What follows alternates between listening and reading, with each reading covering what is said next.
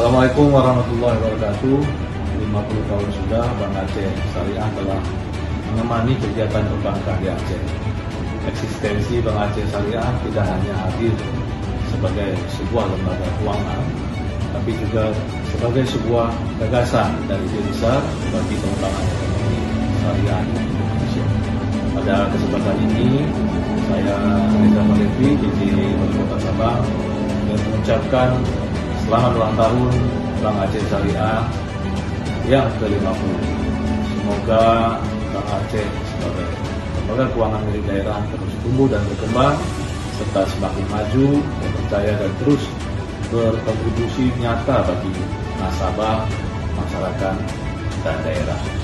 Bertumbuh, sinergi melayani. Wassalamualaikum warahmatullahi wabarakatuh.